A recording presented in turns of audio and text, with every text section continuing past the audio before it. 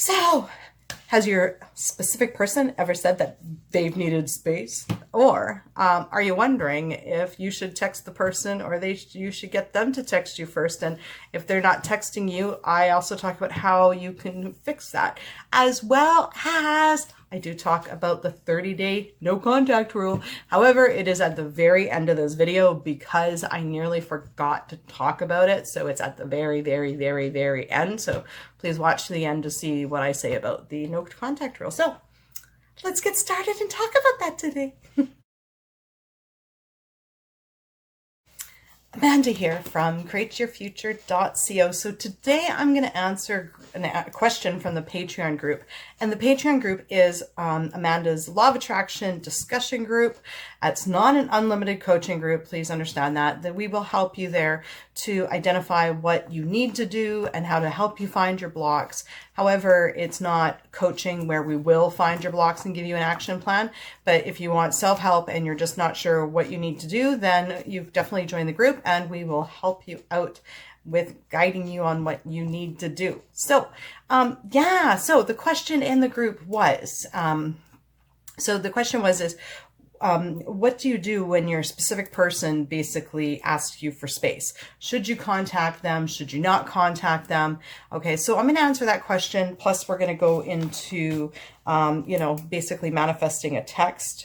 And we're also going to talk about the 30-day no contact rule. Okay, so basically, so how this works is you're the creator of your reality. Okay. So there really is no set rule here. Okay. So if you've created your specific person to say that they need space, you actually created that by thinking something. And then that's how it manifested. Okay. So obviously you were thinking something about rejection or rejection in your particular situation, whatever that thought may have looked like. It could have been, they don't want to talk to me. Oh, maybe they, are finding me attractive. Maybe they don't want to spend time with me. Maybe they think I'm boring.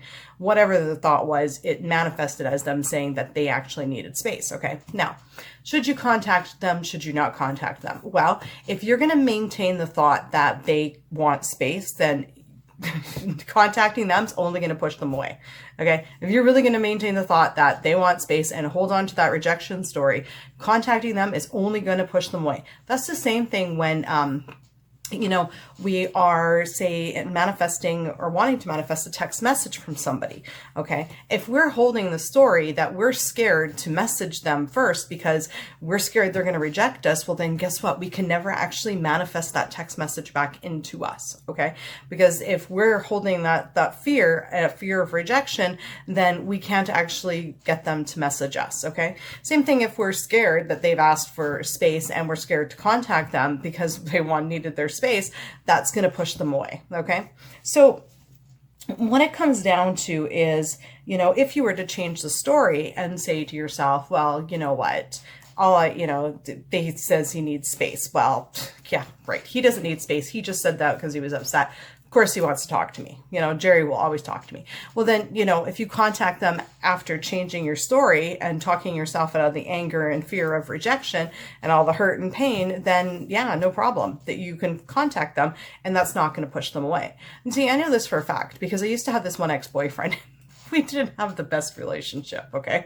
And he would constantly be like, I need space from you. And I'd be like, yeah, okay, I'll call you in later. And he was like, okay. You know what I mean? He just said that. He never really needed space.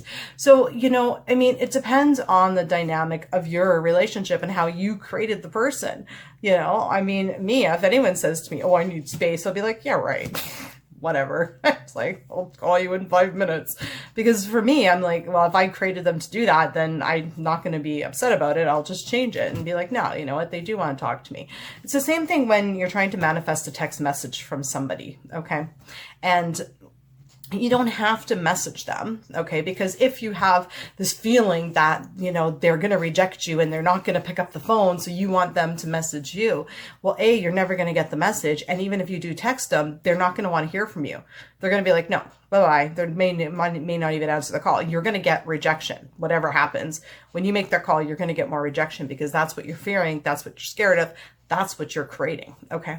So once you actually just change the story, okay, and talk yourself out of the fear of rejection, and all of this sort of hurt and upset, You can intend that they'll text you, and they will text you. You don't necessarily have to text them first, but you do need to talk yourself out of it. Okay. But I mean, again, right? Like, why put so much, if we're putting so much on, a text message and thinking that it's absolutely so important that they need to text us first and we're not going to reach out first, you know what that tells me, and that tells a lot of people, is that you're scared of rejection, okay? Because if you're not scared of rejection, who cares? If you're living from the end, who cares? It's just a text message. I mean, what's the point of who texts who first? Why does it matter? If you're living from the end, thinking the person wants to talk to you and wants to be with you, why wouldn't you just pick up the phone and text them? And you know what? Them actually picking up the phone and not rejecting you is a manifestation of, an actual relationship. You actually created them picking up the phone.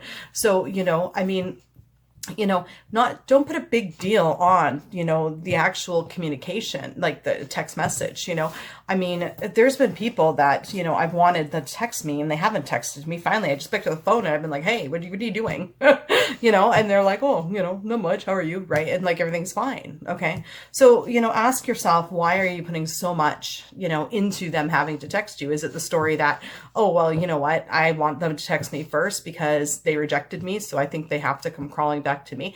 Well, okay. So if that's the story, then guess what? You're blocking it. You've just put rejection in that story, right? So if you want to know what's going to be good in your situation of whether or not you should contact somebody if they said they needed space, or whether or not that, you should contact somebody, text them first, or why they're not texting you, please definitely check out the link in the description below. Talk to our coaches. Not every situation is exactly the same because we all create our situations very much different. Like I said, I've had a boyfriend that he said he needed space and I would just phone him anyway and he would just pick up the phone. Like it never happened. Okay. So that was one. I had another boyfriend that when he said he needed space, right? So it all really depends on the story that you're telling yourself. Okay. If you're telling yourself that they're rejecting you and they need space and you reach out to them, you're going to push them away. If you're not wanting to text them and you want them to text you first because you're scared that they're going to reject you, guess what? Doesn't matter if you call them, they're not going to call you. And if you call them, they're going to reject you. So the whole point that I'm getting to in this video is it's your story behind your actions. It's your story about your situations. It's your belief about the people in the situation and the belief about yourself. And, basically your feelings will tell you if you're on the right track. If you have a lot of negative feelings about your relationship as a whole, or the relationship with somebody, or a lot of nervousness or anxiety, then you're not holding a good thoughts in there. Okay. You're holding thoughts that are going to create more fear and anxiety and manifest more of that. Okay. Because your thoughts create your feelings. Okay. Your feelings and emotions are a manifestation of your thoughts. Okay. So you really want to get on top of your thoughts to bring you to a neutral, natural feeling and, have confidence in yourself. Okay. And to create that and to create the story that, other people around you, I mean, it's like if you created someone to tell you that they need their space, then, I mean, you've really created a scenario where, you're not good enough for somebody else that they would say that to you, or you thought you've done something to them to actually have them need space from you, or you've wronged them so badly they can't forgive you or something. And that story really needs to change because you need to have confidence in yourself and to believe yourself and know that you're worthy to, actually be in a relationship and know that it's okay to mess up once in a while and to expect people to forgive you and to create them forgiving you. Because ultimately, what each and every one of you guys want is unconditional love from another person. Okay, so if you want unconditional love from another person, then start creating them to be the person that loves you unconditionally with your opinion of them, your self-talk about them. And if you say to people and you say to yourself, yes, that Gerry loves me unconditionally. He forgives me no matter what I do because he understands that I'm only human and you know what? This is the way relationships are. He'll stand by me no matter what. And you will get someone that does that rather than telling you that they need a little bit of space from you. Okay. Anyways, that's my video for today. Oh, 30-second rule. Thanks for reminding me. 30-day rule. No contact 30-day rule. That's not my video yet. So, a 30-day no contact rule. Okay, so let's talk about that rule a little bit. First of all, that is, sort of like an ego trip, okay? It's not living from the end of being in a relationship, okay? So if you've created a situation where somebody's rejected you and you're going to say, well, look, that's it. I'm just not going to contact them for 30 days and I'm going to make them miss me. Okay. So that's living from the end of rejection. Okay. Because to begin with, you know, if there is something that happens like a breakup or you feel rejected, you're creating that story. Okay. So do I recommend 30-day no contact? No. In fact, I recommend changing the story that no matter what you've done, that person's going to love you and forgive you. Okay.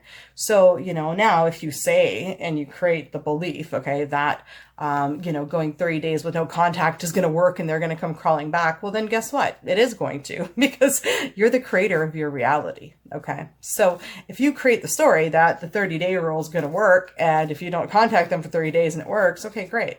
But I mean, I don't know. Again, though, it's not from the end of being in a relationship. That's more of coming from the end of rejection. Okay. So, I mean, do you really want to create that drama in your relationship where, you know, you have to punish the other person with, you know, taking you away from them for 30 days? I mean, is that your end goal? Is it really what you want? Or is what you want, you know, to basically be in a relationship where you guys talk out and resolve your differences in, you know, a mature fashion, as well as, you know, are loving and caring and love each other unconditionally and let each other express their feelings and be okay with each other expressing their feelings? Because ultimately, the only reason why you would have to do like a 30-day no contact rule if somebody dumps you is because, first of all, you created the breakup, okay, with your thoughts. Now you actually manifested the breakup. And then after you manifest the breakup, you're going to go with 30 days no contact. I'm not sure who's being punished here. Them or you, right? Haven't you done enough to yourself yet? Manifesting a breakup? Now you don't want to talk to the person for 30 days when you could really use that time just to start saying, look, nothing's wrong. They're going to forgive me. We're getting back together. Everything's fine. I mean, you know, you can basically turn around your breakup in less than a couple days. People do it all the time. And you can be back to having, you know, fun together and enjoying each other's company in less than a week, instead of putting yourself through a 30-day no contact period. Because really, ultimately, I mean, get the person to come back to you, you've got to basically start intending and creating that. And I don't see how, you know, cutting the person off from contact with you is going to make that happen any faster. It sounds more like it's going to delay it for 30 days. But at any rate, again, you know what, your creation, your life, and, you know, what you want to create is completely up to you. Anyways, now that is my video. Thanks, guys. Thanks for liking, commenting, sharing, and subscribing. You guys are all amazing, and we'll see you in the next video. Bye-bye.